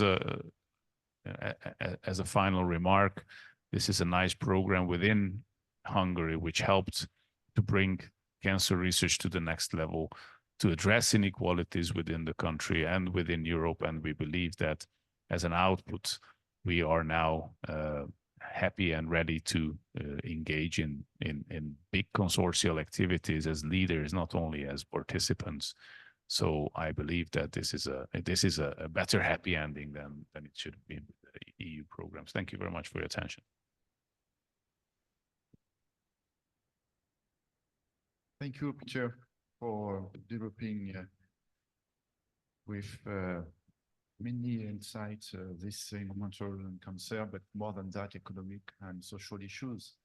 It shows that cancer also a good example at the crossroad of many issues for society.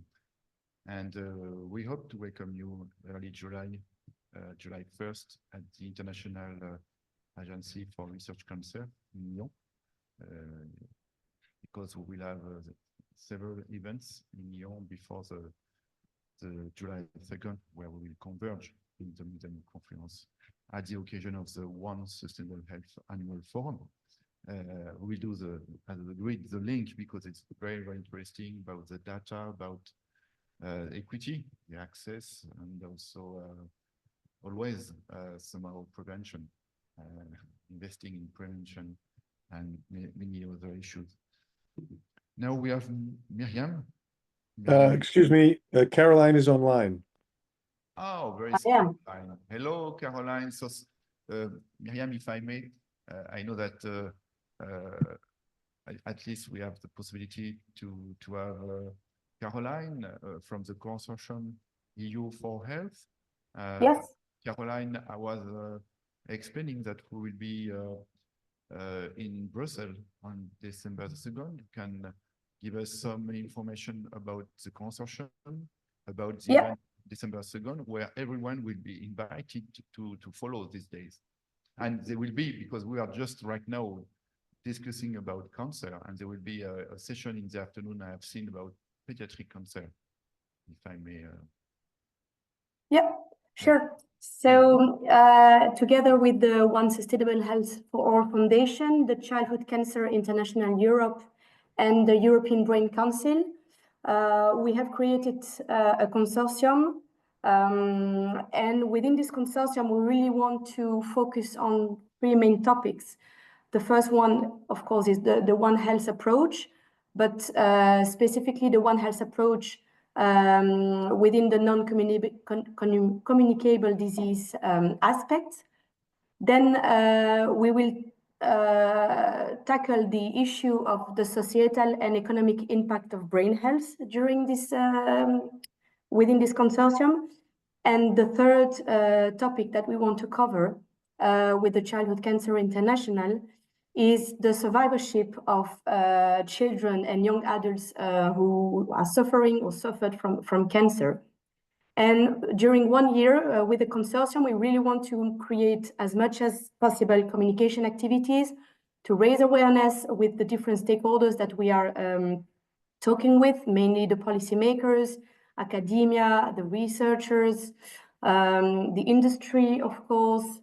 And as I would say, as a highlight of this consortium activities is the 2nd of December. We organize an event in Brussels, but the event will be hybrid, so we will also be happy to welcome anyone online. So I can drop the registration and the website in the chat. So this consortium and this event is really important about those 3 topics. But of course, it doesn't end after the 2nd of December, as we will continue to raise awareness, to create policy brief, and really to engage with as much as possible, as many people as possible on these 3 topics. And the One Health approach is really I would say, the fil rouge, so the red line of the conference, because we really want to see all the interconnection between those 3 topics with the One Health approach as a common goal, I would say. So yeah, so happy to welcome you in Brussels on site and also online for anyone who is available on that day. Thank you, Caroline, and thank you for inviting all. We will share the invitation for those who want to attend. And as I said, what we have discussed today, and also in Berlin and in Paris during the Paris Forum, I will make a concentrate during the roundtable with Sandra Gallina, because it is part also of our job to advocate about what we see in the One Sustainable Health approach. We have now Miriam Meyer from Generation Europe, and so you know the story, Miriam, because you are with us for a while now, and you represent somehow the involvement of the youth, the new generation. As we know, we remind that Europe was built due to steel and coal issues, and that now we have the Green Deal, we have environmental issues and health that are not yet really at the core of the EU, as you know. So we count on the new generation, and you are somehow our spokesperson. So I leave you the floor. Thank you. Thank you very much for the invitation to talk to you today. So, hi, my name is Miriam Maya. I'm a medical student at the Charité in Berlin, but I'm also a member of the Génération Europe 2024. So, what is the Génération Europe, the Generation Europe? What do we do? So, the Génération Europe is a program launched in 2023 by the French president and the German chancellor on the occasion of the 16th anniversary of the Élysée Treaty. And it is managed by the Franco-German Youth Office. So this program aims to select each year a multidisciplinary group of 24 young and engaged personalities from 18 to 35 from different sectors. So for example, myself, I'm a student, I'm from medicine, but there are also people from biomedical research, from a cultural background who are teachers, in the transportation private sector, in industries and climate advocates. So really a large group of different people engaged in the social activity and young engagement. And GE primarily aims to build bridges between France and Germany, but also in a larger setting in a European context, whether through political reflections or joint work in progress. So, for example, last year, the Generation Europe cohort released a report and about a detailed list of recommendations and presented it to the Franco-German Parliament and key stakeholders in Europe. And for example, they included also recommendations about research, medical careers, and how about to foster better cross-border European-based collaborations. And so this year's cohort pursued these efforts, and we chose 4 topics to work for this generation, and one of them. So we were working on programs on topics that are important for today's youth and for the future generations, which were, for example, the exchange of young professionals in a professional Erasmus program, but also promoting a cultural platform or towards a more eco-responsible mobility in Europe, and also about promoting a One Health approach and a call for One Health Institute. And these messages that we discussed together were then also delivered in person to the French president and the German presidents on the occasion of the state visit in May in Dresden. Yeah. So we have been engaged in political reflections with stakeholders, with researchers, with politicians, and we also have been working on workshops, on recommendations, papers ourselves. And the interesting thing about our group is especially that we are actually a One Health. We are living the One Health approach in our group already, because we are multidisciplinary. So we're currently working together with people from the transport sector, from architecture, from biomedical research, for example, me and another student from the medical background. And we really believe that the One Health approach in Europe is essential to, first of all, us as young people, as for the civil society, because One Health and thinking about health in all different kind of aspects about society, about daily life, is a tool how we can solve the problems of today, but also about how we can solve the problems in the future that we are really keen on thinking about.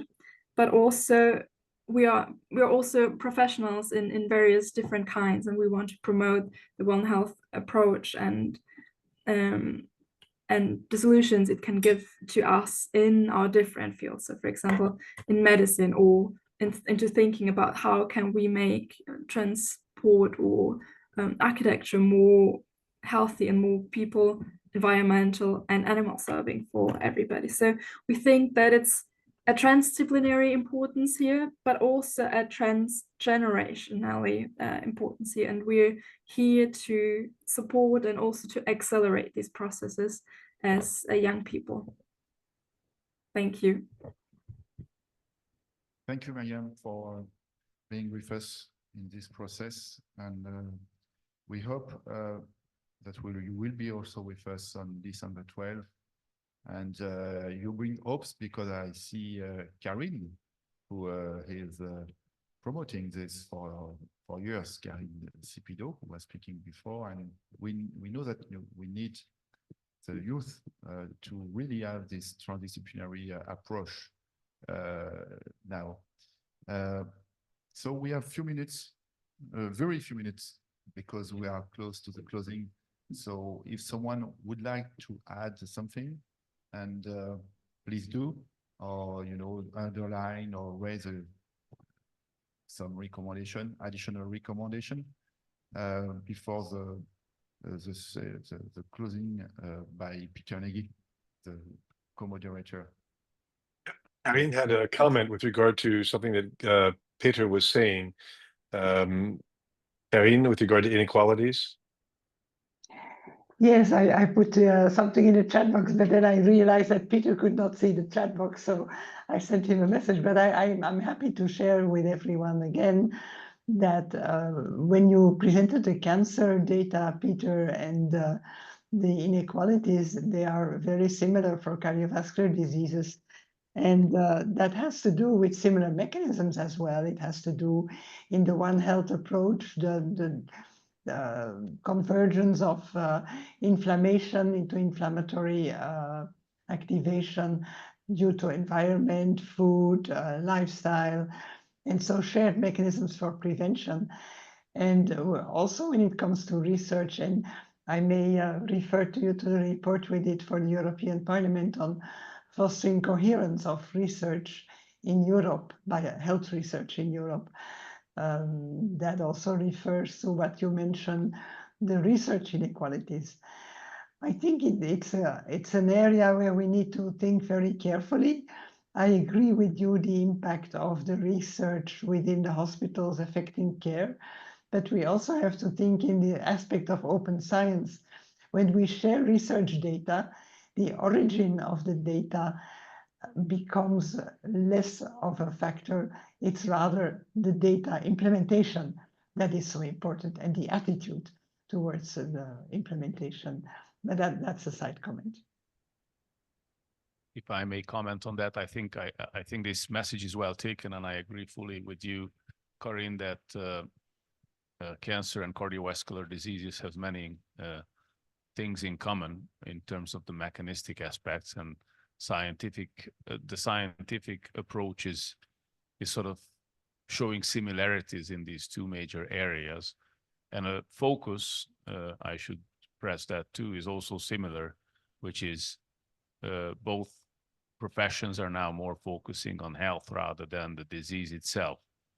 So I think this is extremely important. Coming back to your comment on research and open science and liability of data and all those issues, this is also well taken. I think I have not alluded into this, but we did a big survey within Europe, and in particular in Central Eastern Europe.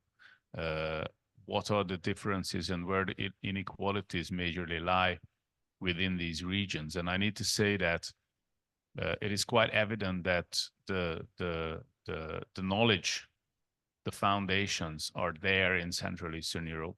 Money is missing from the system, and it's a very difficult circle where you have, you before you can implement and publish big papers, you really need money. But before you can publish big papers and implement your scientific activities, you need money. But to get the money, you also need these papers. So this is a deadly circle. You need to step into this in one way or another. And I think what you say is vital, that we really need to engage with those Central Eastern European hubs which can ensure that quality is not compromised. Quality of research is everything, and it's most important. And open science and transparency is also quite vital. But the picture is much more complicated than that. Basic science is one thing, but then it comes to implementation, technology transfer, and all those aspects which are really lagging behind within the region, I need to say. And that can only be solved by extra resources and the twist in the mindset of the stakeholders and the decision makers as well, not only within these countries, but also in the European finance agencies as well, in my view. And showing those maps in my presentation, I think that's also probably true for cardiovascular diseases because of the similarities in lifestyle factors that causes these diseases, and also the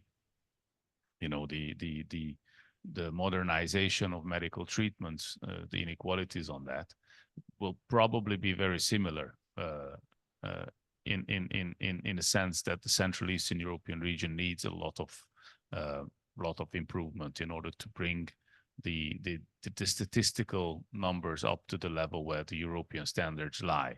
So I think that the message of my talk was to really, we need to do something about this if we want to bring up the numbers in Europe as a whole and to have equal access for patients in these diseases, as well as education is important in prevention and the changes in lifestyle, which is also an important factor and represents a major inequality within the regions. So with that, I don't want to go longer, but I think I take your point, but I think it's important to consider this as a very important issue. Brian. Thank you very much.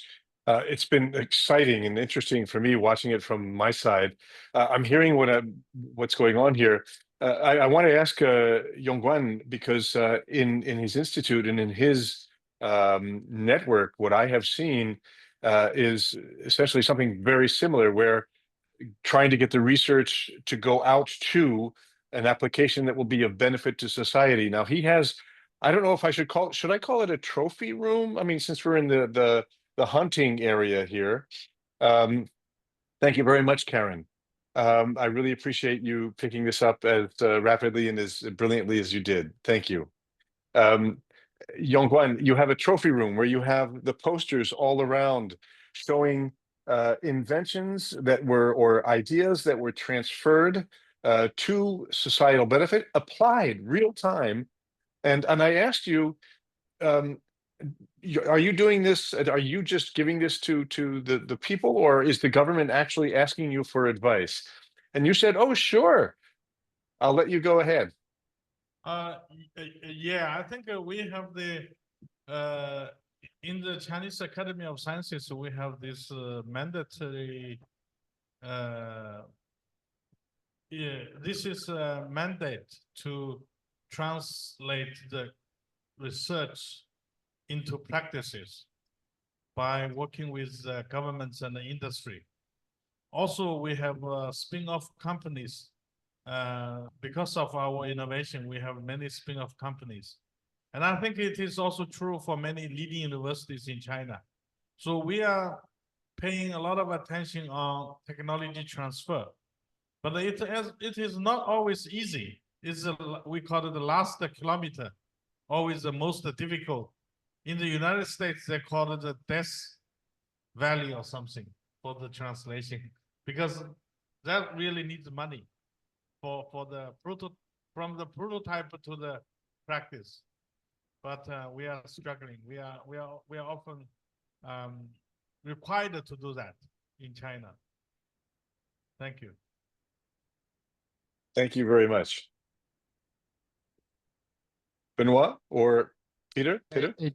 I just want to add. I just want to add one sentence to Yongguan mentioned. Actually, last month I visited Stanford University. They have a new school called Dow School of Sustainability, and they have a new sector called accelerator. Accelerators accelerate the science to market. So they have a new dean that we call accelerator to help the professors, to help who want to start business and how to start business based on their science discussion, science findings. So I think this is more important. We actually have something like this in Lyon, in the Lyon region. It's called the Specialist. It's been there for, I don't know if it's 10 years now, but there are many different projects like that have popped up all around for the past 20, 30 years. And we're always trying to reinvent how we can make it happen. But in the end, it comes down to people who've run the gauntlet from the discovery to the company successfully, generated revenue, and feel that they can reinvest that and do the adventure again or help others to do it, as opposed to also getting some tax relief by the government and other incentives in this way.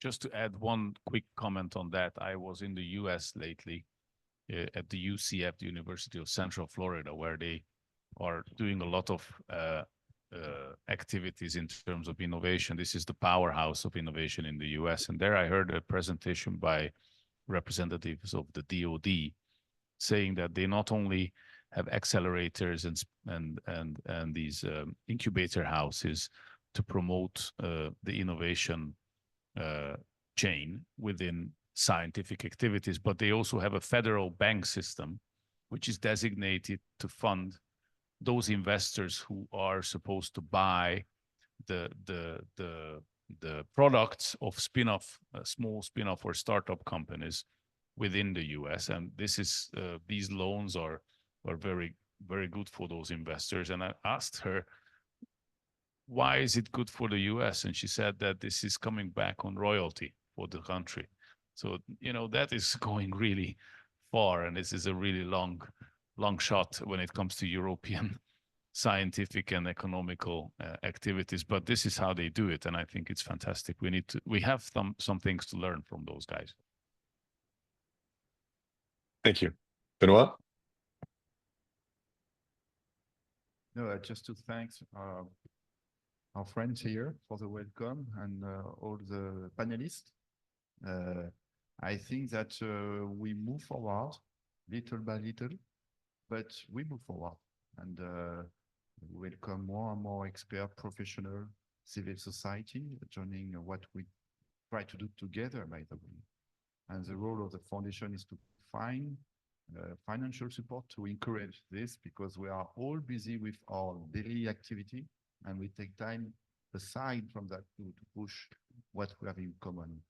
I will leave Peter close this meeting that we have today, and that is the start for an inclusive approach that we try to develop through Europe, but also thanks to our friends from the Virchow, from Chinese Academy of Science, from Africa. We were 1 month ago in Dakar, invited by our Marie Kolseg, Professor Choli also from Morocco, and also we have Keith Martin from North America. So we have the capacity, it takes time, but little by little, we contribute to what we would like to do is to defend, to reinforce science. Everything for us start from science, and then go to civil society to influence MPs or governments for better health, for the life. We share the DNA with the animal and the vegetal. You remind us, it was reminding here today. So it's always very interesting. And in 6 months, we will be in Poland, because it will be Poland who will chair after Hungary the EU, and you will be invited, of course. We are already in touch with some, especially one foundation that I know for years.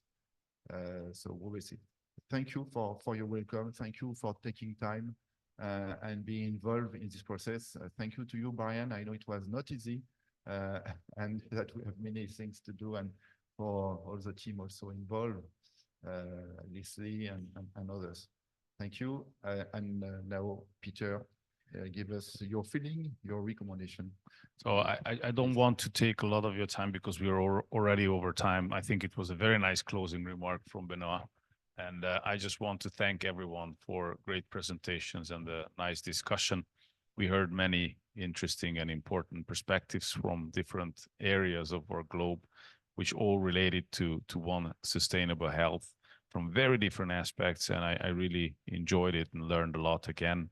And I thank Brian and Benoit and everyone else who were engaged in this organization for putting together this very colorful program. And yeah, it was a privilege. Thank you so much. And I hope you will have a chance to enjoy some of the World Science Forum and the Science Expo, which is happening also in Hungary these days. So we are going to the inauguration of the World Science Forum. Yes. In 1 hour. So we are moving in the World Science Forum because we were ahead.